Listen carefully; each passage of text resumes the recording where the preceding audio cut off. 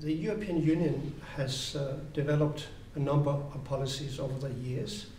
To develop a policy, there must be a treaty basis. And the original treaty establishing the European Economic Community back in 1958 focused on agricultural policy, trade policy, competition policy, and transport policy. But gradually since then, a number of other policies have been developed, some foreseen a bit in the treaties, but many added gradually through treaty reforms. Especially the Maastricht Treaty in the early 90s added a number of new policy areas where the original economic community did not get involved. One of the policies that have developed over time is what in the European context is referred to as social policy. In many ways, in member states, this would be called labor market policy because it's focusing on that. A very important part of the European Union is the single market, the internal market.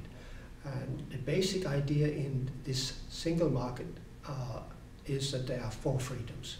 A free movement of goods, free movement of services, and capital and people. And at the outset, some of the implications of that were not fully understood, but it turned out if you want to have free movement of labor, it has some consequences. What happens to your pension rights, for instance? What happens to your social rights when you move to another EU country and so on? Some of these problems have been clarified in various regulations and directives adopted by the EU, but the European Court of Justice has played a very important role in clarifying some of these rights, often going against what the member states wanted. So migrating workers and citizens in the EU have a number of new rights that have gradually been developed. It started with legislation about discrimination and gender equality, but gradually a number of other things has got into this. Working environment got in the 80s, and worker information and so on, combating social exclusion, modernization of social protection system, and I could mention many other things. Gradually, new areas were added in successive treaties, and at the beginning, to adopt legislation at the EU level required unanimity in the Council of Ministers.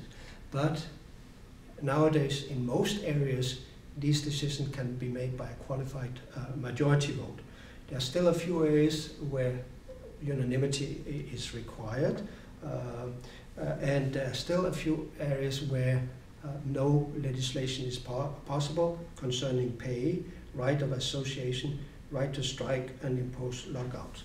But overall, there's been an expansion of the functional scope of this social policy and increased possibilities of using majority voting. So if we look at statistics, we have an increasing number of regulations that deal with this. I use the word regulation because it is regulatory policy to a large extent. The EU doesn't have a huge budget to assist with these issues. That is still mostly the responsibility of the member states. There is an European Social Fund that goes back to '58 that has some money that can assist in retraining workers that have lost their jobs and so on. And this is money that often goes directly to local authorities in member states. But overall, to understand EU social policy, it's important to look at who has the money.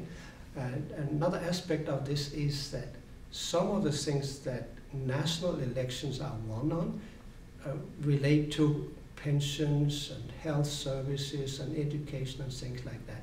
So for that reason, national politicians have hesitated to sort of move the responsibility for these policies to the EU level.